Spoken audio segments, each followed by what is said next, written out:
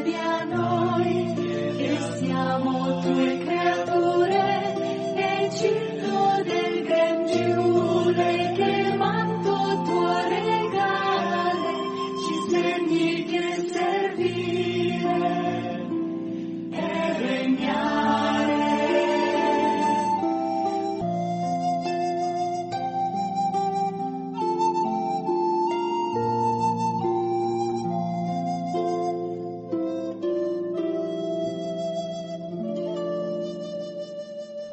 Abbandonato dai discepoli, Gesù viene arrestato e condotto dal sommo sacerdote Caifa, presso il quale si erano riuniti gli scribi e gli anziani. L'Evangelista Matteo, accennando a questa riunione dei capi contro Gesù, sembra riprendere un versetto iniziale del Salmo 2, là dove si dice che insorgono i re della terra e i principi si radunano insieme contro il Signore e contro il suo Messia. La scena del processo giudaico nel Vangelo secondo Matteo equivale proprio ad un complotto contro il Messia del Signore. Pietro lo segue da lontano fino al palazzo del sommo sacerdote ed entra dentro il cortile, si mette fra i servi per vedere la fine. È annunciato l'ingresso del discepolo, ma l'evento che lo vede protagonista è raccontato dopo. Matteo dice che l'intento di Pietro è quello di vedere la fine della situazione.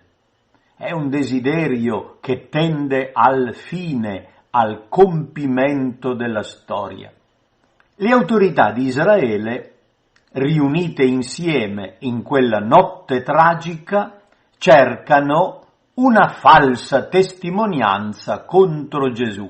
È una espressione forte che adopera l'Evangelista Matteo per sottolineare in anticipo l'atteggiamento malevolo del Sinedrio, che di fatto non cerca una falsa testimonianza, ma cerca delle prove per poter inchiodare Gesù e condannarlo a morte. Per trovare un capo di imputazione che meriti la morte di fronte ad un personaggio come Gesù, pensa l'Evangelista, bisogna necessariamente cercare qualcosa di falso, perché fondandosi sulla realtà non c'è nessun capo di imputazione contro Gesù. Difatti non trovano nessuna accusa, anche se in molti si sono presentati a deporre contro di lui. Solo alla fine 2 testimoni sono concordi nella loro deposizione. Affermano: costui ha dichiarato: io posso distruggere il Tempio di Dio e ricostruirlo in 3 giorni. È molto importante sottolineare come questa dichiarazione non riguardi l'intenzione di distruggere il Tempio, ma semplicemente la possibilità. In questo senso non dichiarano il falso, ma attestano una presa di posizione di Gesù contro il Tempio di Gerusalemme. Riconoscono che Gesù ha ammesso di avere la possibilità di distruggerlo e di ricostruirlo. Viene accennato al potere del Messia, alla sua autorità divina sul Tempio. A questo punto il sommo sacerdote chiede che Gesù reagisca alle cose che dicono contro di lui, ma Gesù taceva. Il silenzio di Gesù ha una sfumatura di assenso. Quello che hanno detto in fondo è vero, egli ha quel potere. È la grande pretesa che Gesù ha avanzato di essere il Signore del sabato e in quanto figlio di Dio ha il potere di ricostruire il Tempio e di fatto lo ricostruirà, portando a compimento tutte le attese che nell'Antico Testamento erano legate al mondo del sacro e del sacerdozio. Di fronte al silenzio di Gesù, il sommo sacerdote lo scongiura in nome del Dio vivente. Dici se tu sei il Cristo, il Figlio di Dio. La questione è la messianicità di Gesù, ma Matteo la formula secondo il suo schema consueto. E Gesù gli risponde: tu l'hai detto. È fondamentale questa risposta. Ha un valore affermativo, non è un modo per non rispondere. Sono d'accordo con quello che hai detto. È vero quello che hai detto. Quindi io sono il Cristo, il Figlio di Dio.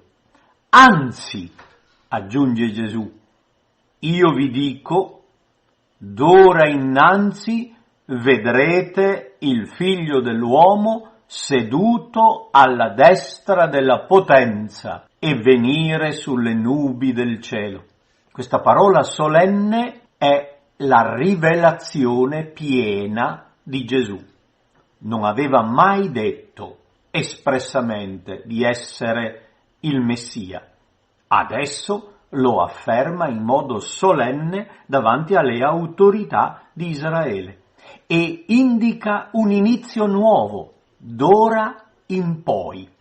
Gesù è il figlio dell'uomo, cioè quel personaggio misterioso che ha ricevuto da Dio, l'antico di giorni, il potere assoluto. È una formula che deriva dal libro di Daniele al capitolo 7. Gesù si identifica col figlio dell'uomo che viene sulle nubi del cielo. È un personaggio divino che viene dal mondo stesso di Dio e, fondendo quel testo apocalittico con l'inizio del Salmo 109, Gesù si presenta come il figlio dell'uomo seduto alla destra della potenza divina. È il Re, è il Messia, è il Signore. E dato che è seduto alla destra di Dio nel cielo, è uguale al Padre. È una dichiarazione solenne di una messianicità divina e annuncia in modo profetico che anche i suoi nemici lo vedranno come giudice escatologico quando alla fine dei tempi verrà sulle nubi del cielo. Gesù annuncia contemporaneamente la sua risurrezione come momento in cui viene intronizzato alla destra di Dio e la sua venuta nella parusia alla fine dei tempi come giudice.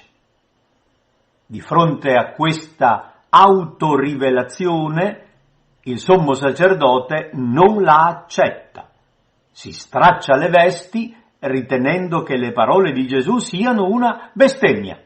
Non serve più un'altra testimonianza, perché Gesù stesso ha affermato qualche cosa che viene qualificato come bestemmia. E il Sinedrio, radunato insieme a Caifa, è della stessa idea. È reo di morte, merita la morte. Non è una condanna, ma un verdetto, un giudizio. Non possono emettere una condanna a morte, ma ritengono che la pretesa messianica di Gesù sia blasfema, perciò merita la morte. È la posizione drastica in cui le autorità di Israele rifiutano il Messia. E la conseguenza è la derisione. Gli sputarono in faccia, lo percossero, lo schiaffeggiarono. Lo deridono come Cristo, come profeta, come colui che porta la rivelazione di Dio. È l'unico esempio in cui il termine Cristo viene usato al vocativo. lo chiamano Cristo e mentre lo schiaffeggiano gli chiedono: fai il profeta, di chi è che ti ha colpito? Banalizzano il ruolo del Cristo, ridicolizzano il suo compito profetico. Di fronte a questo disprezzo noi riconosciamo il compimento della profezia del servo, che ha porto la guancia coloro che gli strappavano la barba, gli davano schiaffi e gli sputavano in faccia.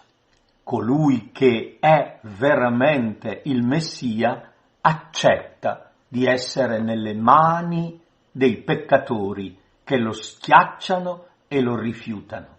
Nel silenzio di Gesù noi abbiamo un insegnamento prezioso sullo stile con cui affrontare anche le situazioni più dolorose di rifiuto, di scherno e di disprezzo.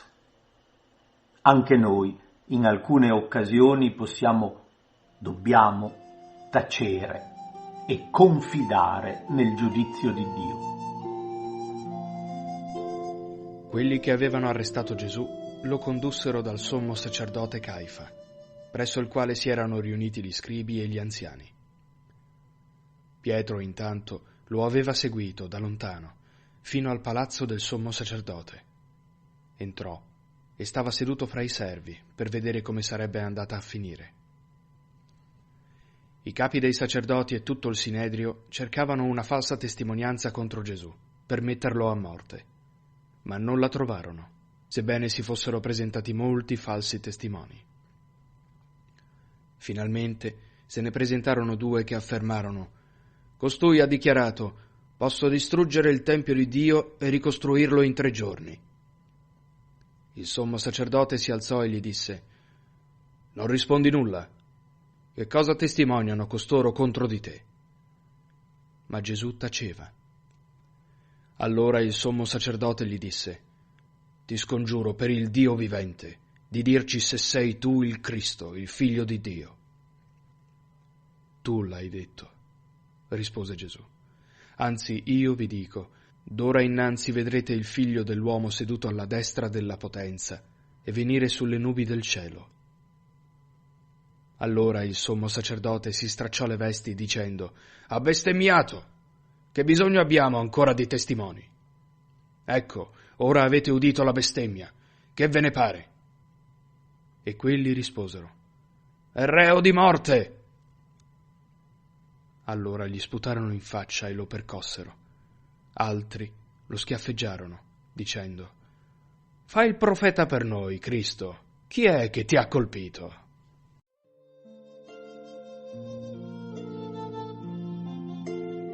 A ti pariamo, Signore.